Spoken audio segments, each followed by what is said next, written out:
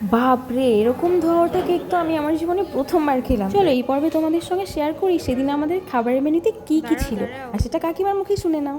কাকিমা কোথায়? তোমাদের তো আজ অ্যানিভার্সারি, তো কি খাওয়াচ্ছ বলো আমাদের। এই সামান্য একটু খাওয়াচ্ছি বোন বৌমা ছেলে জামাই মেয়েদের আচ্ছা, আচ্ছা। নিয়ে একটা ছোট্ট পার্টি দিচ্ছি।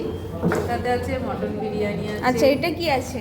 এটা মটন কষা আছে। আচ্ছা, আর এটা মটন বিরিয়ানি আছে। আচ্ছা, হান্ডি মাটন।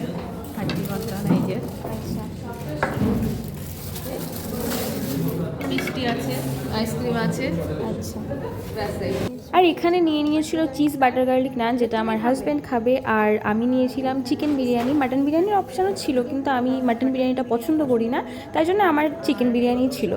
আর বাকিরা সবাই যে যার পছন্দ মতো নিয়ে নিয়েছিল। আর এখানে আমি মাটন কষাটাও নিয়ে নিয়েছি সঙ্গে। বেশ টেস্টি ছিল খাবারটা। হ্যাঁ, খাবারের ভিডিও ছাড়ছি বলে কিন্তু এটা ভেবো না যে আমি ফুড ব্লগারদের সঙ্গে পাল্লা নিচ্ছি, একদমই না। আমিও সব পারি না, তবে হ্যাঁ, খেতে ভালোবাসি এবং খাওয়াতেও ভালোবাসি, আর সেটা তোমাদের সঙ্গে শেয়ার করতেও ভালোবাসি। আর এখানে একটু একটু ন্যাকামোনা করলে কি হয় বলো তো। আর এই দেখো, তোমাদের সঙ্গে গল্প করতে করতে সেই ধোয়া ওঠা কেকটাও চলে আসলো।